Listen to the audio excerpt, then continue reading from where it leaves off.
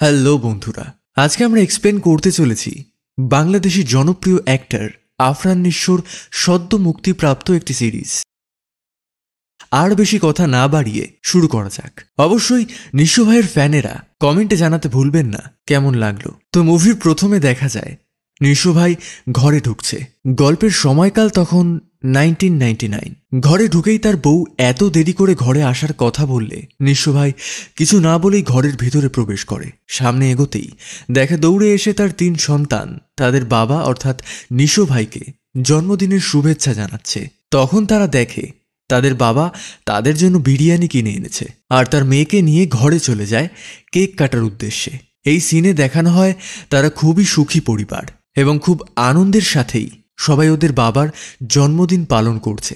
তখন হঠাৎ নিশো ভাই এসে ওনার বউকে বলে, আমি একটু বাইরে যাচ্ছি।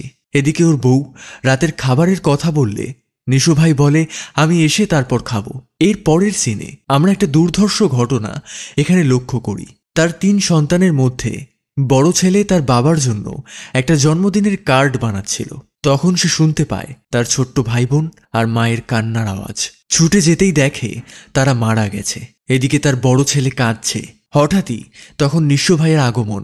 বড় ছেলে কেঁদে এসে বাবাকে বলে যে বিরিয়ানিতে বিষ ছিল, কিন্তু তার বাবা খুব গম্ভীরভাবে এগিয়ে এসে তার ছেলেকেও ওই বিষাক্ত বিরিয়ানি খাইয়ে দেয় আর নিজেও খেয়ে নেয়। কিন্তু পরে দেখা যায় তার বাবাকে গলায় দড়ি দেওয়া অবস্থায়, আর তার বড় ছেলে তার বাবাকে দেখছে, অর্থাৎ সে এখানে বেঁচে যায়। এই ভয়ানক অতীত থেকে গল্প যায় বর্তমানে।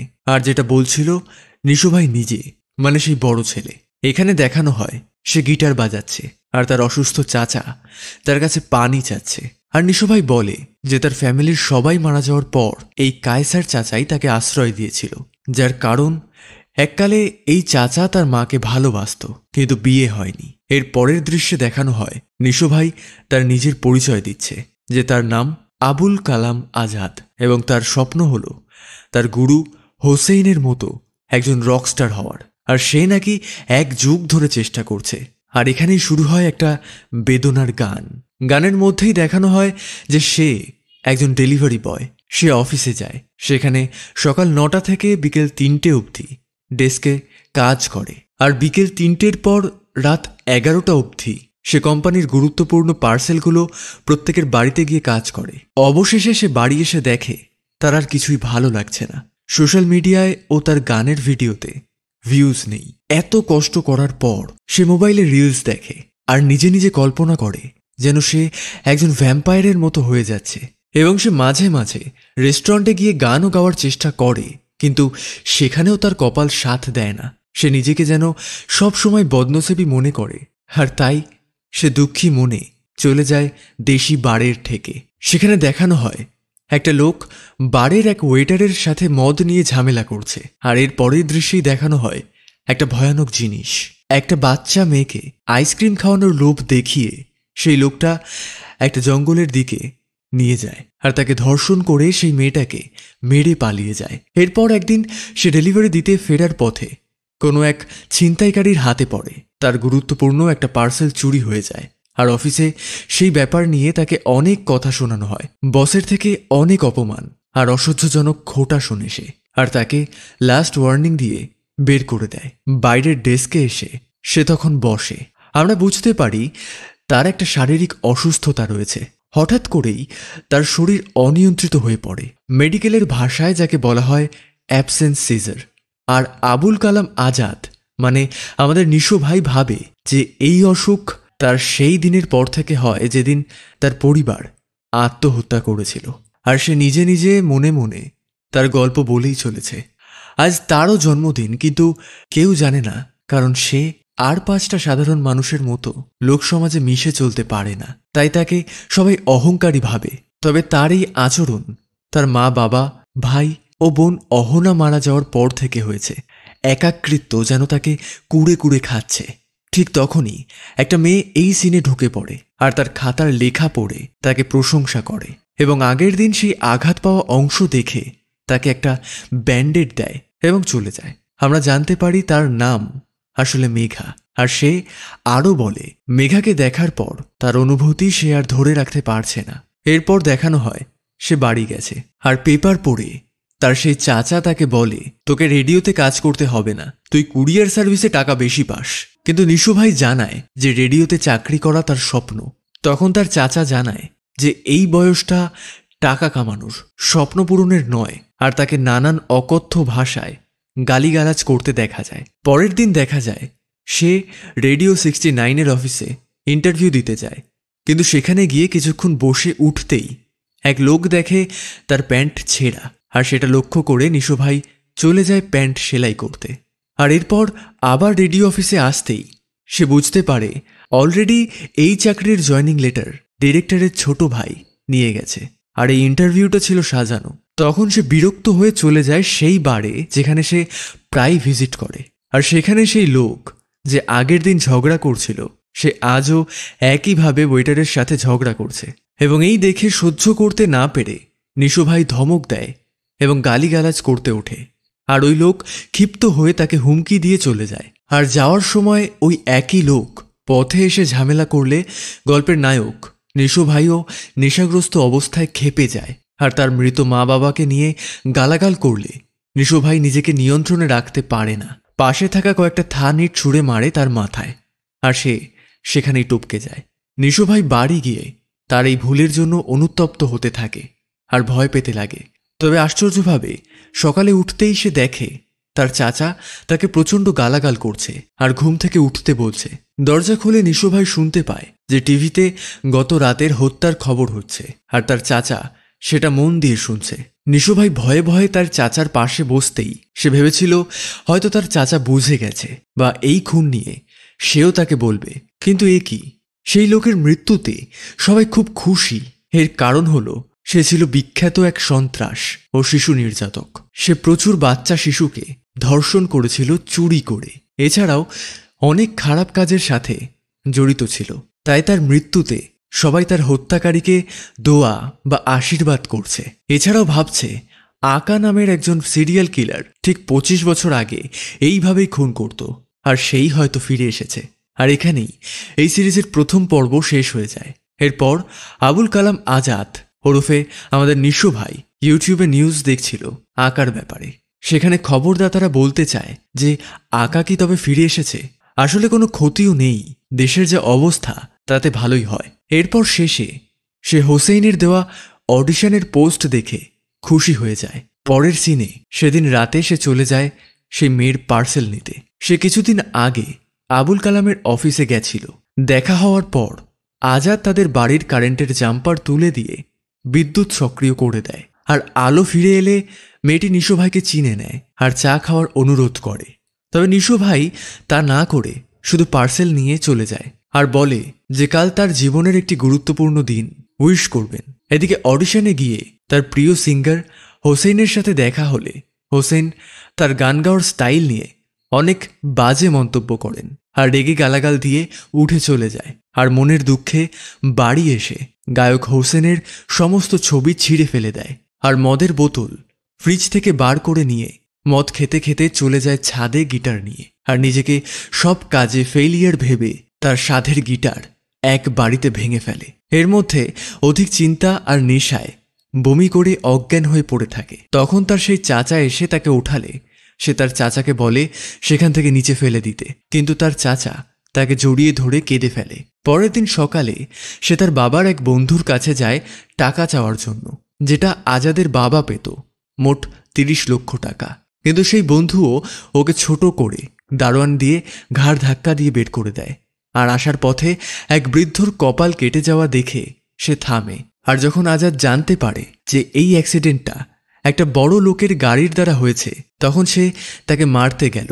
সবাই মিলে সেই গাড়িওয়ালাকে মারতে থাকে আর তার বাবার বন্ধুর কষ্ট দেওয়ার কথা ভেবে আরো বেশি করে মারধর করতে থাকে। এরপরের সিনে সে বাড়িতে এসে আগের মতোই কবিতা লিখছে আর নিজের গল্প করছে। এরপর আবার সেই মেয়ের বাড়িতে পার্সেল নিয়ে যায়, অর্থাৎ মেঘার বাড়িতে।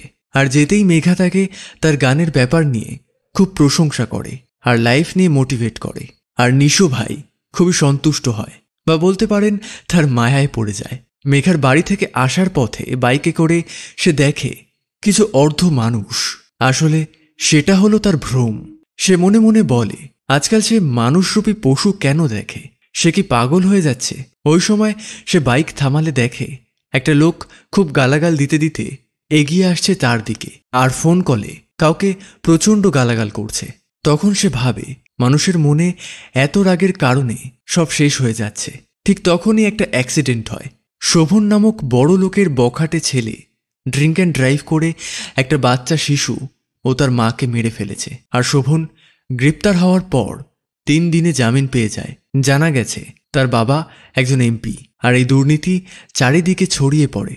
সবাই খুবই ক্ষিপ্ত এই শোভনের ওপর, আর বলছে এই সময় আঁকা ফিরে এলে আসলেই খুব ভালো হতো, সঠিক বিচার করত। সাধারণ মানুষ সোশ্যাল মিডিয়ায় ও লাইভে লিখতে লাগে যে আঁকা থাকলে খুবই ভালো হতো এই করুণ অবস্থায়। এর পরের দৃশ্যে দেখানো হয় আজাদের অফিসে এক লোক বলছে যে এই ইদানিং খুবই ছিনতাই হচ্ছে, তোমার ব্যাগের মধ্যে এই ট্র্যাকিং ডিভাইসটা থাকবে, আর যদি কেউ এটা হারিয়ে ফেলো তো সেটার জরিমানা দিতে হবে। বিশেষ করে এটা আবুল কালাম আজাদের জন্যই বেশি করে বলা। এরপর আজাদ লক্ষ্য করে যে তার নামেও আঁকার সাথে মিল আছে, আবুল কালাম আজাদ, AKA মানে আঁকা। এটা আসলে একটা নিয়তি। এবং বাড়ি এসে মার্ডার করার জিনিস খোঁজে। তার উদ্দেশ্য ছিল শোভন, অর্থাৎ সেই ছেলে যাকে জেল থেকে তার এমপি বাবা 3 দিনে জামিন করে নিয়ে চলে যায়, তাকে হত্যা করা। এর কারণে আজ সারা দিনে সে একটা পার্সেলও ডেলিভারি করেনি। আর এইভাবে সে আঁকা সেজে খুব খতরনাকভাবে তার প্রথম খুন করে ফেলে। আর বাড়ি গিয়ে স্নান করতে করতে নিজেই নিজের মনে মনে বলে, আমি এসে গিয়েছি তোমাদের মাঝে, এখন আর কারোর ভয় নেই। সে সমাজের নোংরাগুলো এইভাবে দূর করতে চায়। আর এই সিরিজের দ্বিতীয় পর্ব এখানেই শেষ হয়ে যায়। পরের দিন সকালে উঠে দেখে বাংলাদেশ সিআইবি ওর নিজের ঘরে এসে তাকে তুলে নিয়ে যায়। বাইরে তার খুনের দায়ে তাকে খুব মারধর করে, আর ওর চাচাকে মেরে ফেলে দেয়, আর বলে এই ট্র্যাকারটা হত্যাস্থলে গেল কি করে। কিন্তু বন্ধুরা, এটা একটা স্বপ্ন ছিল। হঠাৎ দেখে তার চাচা এসে তাকে গালাগাল দিচ্ছে আর ঘুম থেকে ওঠাচ্ছে। ওর চাচা আরও বলল, এখন 12টা বাজে, অফিস থেকে কল দিচ্ছে, কাল রাতে আবারও মদ গিলেছিস না? তখন সে উঠেই চলে যায় বাংলাদেশ সিআইবি অফিসে পার্সেল দেওয়ার নাম করে। ঢুকতেই সিকিউরিটি গার্ড তাকে আটকায়, কিন্তু সে মিথ্যে বলে ঢুকে যায়। আসলে তার উদ্দেশ্য ছিল গতকাল রাতে ওই গাড়িতে লাগানো ট্র্যাকারটা খোঁজা। এরপর সে যেভাবেই হোক ট্র্যাকারটা সেখান থেকে খুঁজে বের করে, আর সে প্রস্তুতি নিয়েই গেছিল একটা পার্সেল নিয়ে। আর সে সেই পার্সেলটা অফিসারের হাতে দিয়ে চলে যায়। আর সেই সোহেল স্যার মানে সিআইবি এর হেড তার বউকে কল করে, শোনে যে সে কি কোনো জামা পাঠিয়েছে, কিন্তু সে জানায় না। এদিকে আমাদের নিশো ভাই মানে এখনকার নতুন আঁকা মনে মনে খুব খুশি, কারণ সব জায়গায় ওই খুনের কাজটা খুব প্রশংসা পাচ্ছে। আর আঁকাও বলে যে এটাই হয়তো তার জীবনের মূল উদ্দেশ্য ছিল। সোহেল স্যার আর তার বউ একটা পার্টিতে গেছে, যেটা ছিল তার সিনিয়রের রিটায়ারমেন্টের পার্টি। সেখানে তার সিনিয়র তাকে বলে যে তার বিশ্বাস সোহেল আঁকাকে খুব শীঘ্রই ধরে ফেলবে। আর পরের সিনে দেখানো হয় আজাদ মেঘার বাড়ি গিয়েছে পার্সেল নিয়ে। বন্ধুরা, এখানে বলে রাখি, মেঘা কিন্তু একটা অনলাইন বিজনেস করে, তারই পার্সেল সে নিতে আসে। যাই হোক, সে সময় খুবই বৃষ্টি হচ্ছিল, রোম্যান্টিক ওয়েদার। মেঘা আজাদকে তাদের বাড়ির উপরের তলায় নিয়ে গিয়ে একটা চায়ের ট্রিট দেয়। তখন সে বাড়ি এসে বোঝে আগে তার শরীর ঠিক করতে হবে। শরীর নষ্টকারী সে কিছুই আর খাবে না, তাই সে ব্যায়াম করার কথা ভাবে। সে সোশ্যাল মিডিয়া অ্যাক্সেস করার জন্য মৃত মানুষের সিম ব্যবহার করে, তাই সে 20টা সিম কেনে আর সোশ্যাল মিডিয়ায় আঁকার নামে অ্যাকাউন্ট খোলে, পোস্ট করে আঁকা এসে গেছে। এই সিনে আমাদের দেখানো হয় যে একটা লোক একটা মেয়েকে গলা টিপে মেরে ফেলছে, আর পরে গলায় দড়ি দিয়ে ঝুলিয়ে দেওয়া হয়। এদিকে এই খবরও ছড়ায় গুলসাল গ্রুপের চেয়ারম্যান আব্দুল সুলেমানের বড় ছেলে খালেক সুলেমান এক 19 বছরী মেয়েকে হত্যা করেছে। আর এর আগেও তার অনেক মেয়ের সাথে অবৈধ সম্পর্ক ছিল। যদিও এটা আত্মহত্যা দেখালেও এটা একটা নিশ্চিত মার্ডার ছিল। সিটিজেনরা এই হত্যার বিচার চায়। এদিকে বাংলাদেশের সিআইবি তার সোশ্যাল মিডিয়া জানলেও লাস্ট পোস্টের নেটওয়ার্ক ট্র্যাক করে তাকে খুঁজে পায় না, কারণ তারা বুঝে যায় যে সে চালাকি করে মৃত ব্যক্তির সিম চালাচ্ছে। এদিকে সে আবারও মেঘার বাড়ি যায় আর তার নিজের ফোনে দেখে মানুষ খুন করার জন্য সবাই তাকে টাকা দিচ্ছে। সে বেশ খুশিও হয়। মেঘা এসে তখন বলে যে সে বন্ধুর বাড়ি যাচ্ছে জন্মদিনে। আজাদকে দেখে সে অন্যরকম ভাবে। আজাদ এই রহস্যের উত্তর দেয় সে জীবনে মানুষের সেবা করছে। তখন বলে, দেখুন, এই সেবা করতে করতে আবার আঁকার মতো জঘন্য কাজ করতে যাবেন না। এটা শুনে আজাদ সেখান থেকে চলে যায়। আর পথে বাইকে করে যেতেই আজাদ বাইক থেকে পড়ে যায়। আর মেঘা তখন আজাদের বাড়িতে আসে তার চাচার সাথে আজাদের ব্যাপারে কথা বলতে। তখন আজাদ চলে যায় ওই খালেক সুলেমানের বাড়ি তার দ্বিতীয় শিকার করার জন্য। কোনোভাবে দারোয়ানকে অজ্ঞান করে সে ঢুকে যায় খালেক মিয়ার বাড়ির সামনে। দরজা খুলতেই হাতুড়ি দিয়ে পেটাতে যাবে, অমনি পিছন থেকে কেউ একজন তার মাথায় বন্দুক ঠেকায়। আর এখানেই এই পর্ব শেষ হয়ে যায়। এখন আব্দুল কালাম আজাদ ওরফে আকা বন্দি খালেক সুলেমানের হাতে। সে আকাকে বেঁধে ফেলে আর বলে তাকে এক্ষুনি মেরে ফেলবে। খালেক বুঝে যায় সে আসলে সিঙ্গার ছিল, হয়তো সোশ্যাল মিডিয়ায় কোথাও তাকে দেখেছে, তাই তাকে শাস্তি হিসেবে গান গাইতে বলে। আর খালেকের সাথে যে মেয়েটি ছিল তার সাথে সে রোম্যান্স করতে লাগে আকার সামনে। কিন্তু সুইটি নামের ওই মেয়েটি তার সামনে তার শরীরের বস্ত্র খুলতে দ্বিধাবোধ করে। এক পর্যায়ে জোড়াজুড়িতে সুইটি খালেকের গোপন অঙ্গে লাথি মারে আর বন্দুক কেড়ে নিয়ে খালেকের পায়ে একটা গুলিও করে। তখন ভয়ে বন্দুক দিয়ে দেয় আকার কাছে, আর অবশেষে খালেক সুলেমানকে আকা মেরে ফেলে দেয়। এর পরের দৃশ্যে দেখা যায় সুইটি আকাকে বলছে যে আমি আপনাকে দেখে নিয়েছি, এটা কাউকে সে বলবে না। আর ঘটনা চলে যায় সোহেল স্যার মানে সিআইবি এর হেডের কাছে। সে তার বউকে নিয়ে রেস্টুরেন্টে যায় আর সেখানে তার বউ তাকে সারপ্রাইজ দেয় যে তাদের মধ্যে একজন তৃতীয় ব্যক্তি আসতে যাচ্ছে, অর্থাৎ তার বউ প্রেগনেন্ট। এরই মধ্যে দেখা যায় রাস্তায় সবাই মিছিল করছে আকা আকা করে, যে আকা হত্যা করে ভালো করছে বা বাকি অপরাধীদের মনে ভয় ঢুকিয়ে দিচ্ছে। এরপরে সিন চলে যায় সেই সিনিয়র রিটায়ার্ড অফিসারের সাথে সিআইবি এর হেড সোহেলের কথোপকথনে। তারা একে অপরের সাথে কথা বলছে 25 বছর আগের সেই আকাকে নিয়ে আর এখনকার আকার বৈশিষ্ট্য নিয়ে। এদিকে আজাদ মেঘাকে নিয়ে বাইরে যাওয়ার পরিকল্পনা করছে, তবে মেঘার শর্ত যে আগে ডাক্তার দেখাবে, তারপর সে তার সাথে ঘুরবে। এরপর দেখা যায় সুইটিকে পুলিশ জেরা করছে আর সুইটি ভয়ে ভয়ে সব উত্তর দিচ্ছে। এরপর দারোয়ানকেও সেই একইভাবে জিজ্ঞাসাবাদ করা হয় আর এইভাবেই তার একটা স্কেচ বানানো হয়। সিআইবি সোহেল সেটাকে এআইতে ফেলে একটা রিয়েল ইমেজ বানাতে বলে। সেই ইমেজের ইনফরমেশনে সুইটি মিথ্যেভাবে সবকিছু বলেছে আর দারোয়ান তার বউয়ের হ্যাঁতে হ্যাঁ মিলিয়েছে। তাই খবরেও পুলিশ বা সিআইবি জানায় আকার বয়স 60 থেকে 65 বছরের মধ্যে। এদিকে আজাদ সেই খবর শুনে খুবই খুশি হয়, তাকে ধরতে পারবে না ভেবে। ওদিকে সোহেলের ওয়াইফ কান্নাকাটি করছিল, কারণ বাচ্চাদের দুধের উপর একটা ফর্মুলা বানিয়েছিল আর সেই দুধ খেয়ে নাকি 2 জন বাচ্চা মারাও যায়। তাই সোহেল তাকে আশ্বাস দেয় যে 1 সপ্তাহের মধ্যে সব ঠিক করে দেবে। তখন আকা এসে তার চাচার চুরি করা 10,000 টাকা নিয়ে নেয় আর তার চাচাকে একটা স্মার্টফোনও কিনে দেয়। এটা দেখে ওর চাচা ওকে ডাকাতি করেছে কিনা জিজ্ঞেস করায় আকা বলে সে সোশ্যাল মিডিয়া থেকে কামিয়েছে আর সে একটা বুলেটও কিনেছে। তারপর আজাদ আর তার চাচা বাইকে করে ঘুরতে চলে যায় আর সব শেষে মেঘাকে নিয়ে চলে আসে আবারও ডাক্তারের কাছে। ডাক্তার তাকে তার অসুস্থতা নিয়ে দারুণভাবে সতর্ক হতে বলে। এছাড়াও বাইক একদমই চালানো যাবে না বলে নির্দেশ দেয়। এরপর তারা চলে আসে রেস্টুরেন্টে আর সেখানে সে মেঘাকে বলে 11 মেতে মেঘার জন্মদিন, তাকে একটা সারপ্রাইজ দেবে। অন্যদিকে সোহেল চলে যায় সেই সিনিয়র রিটায়ার্ড অফিসারের বাড়িতে আর বলে এভিডেন্স পেয়েছি। পরের দিন সকালে মেঘাকে দেখানো হয় আজাদের চাচার সাথে কথা বলছে। তবে এমন এক পর্যায়ে তার চাচা তাকে আজাদকে পছন্দ করার প্রশ্ন করলে মেঘা লজ্জা পেয়ে সেখান থেকে চলে যায়। সেদিন আজাদ তার অফিসে গিয়ে লক্ষ্য করে সিআইবিও নিউজে বলছে মাত্র কয়েকদিনের মধ্যে তারা আকাকে খুঁজে বের করবে। তাই আজাদ বাড়ি এসে খুব টেনশনে পড়ে যায় আর এখানে এই পর্ব শেষ হয়ে যায়। তবে একদম শেষে দেখানো হয় খালেক যখন মরে গেছিল হাসপাতালে নেওয়ার পরই সেই মুহূর্তে সে আকার চেহারার ব্যাপারে কিছুটা ধারণা দিয়েছিল। ওই ধারণার ওপরেই স্কেচ বানানো হয়েছে আর এই তথ্য আকাকে কোনো একজন অচেনা লোক বলছে আর সেই স্কেচ তারই স্ত্রী বানাচ্ছে, যে কিনা পরকীয়ায় যুক্ত।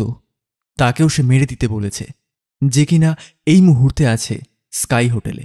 আর আকাও চলে যায় স্কাই হোটেলে তাকে মারবার জন্য।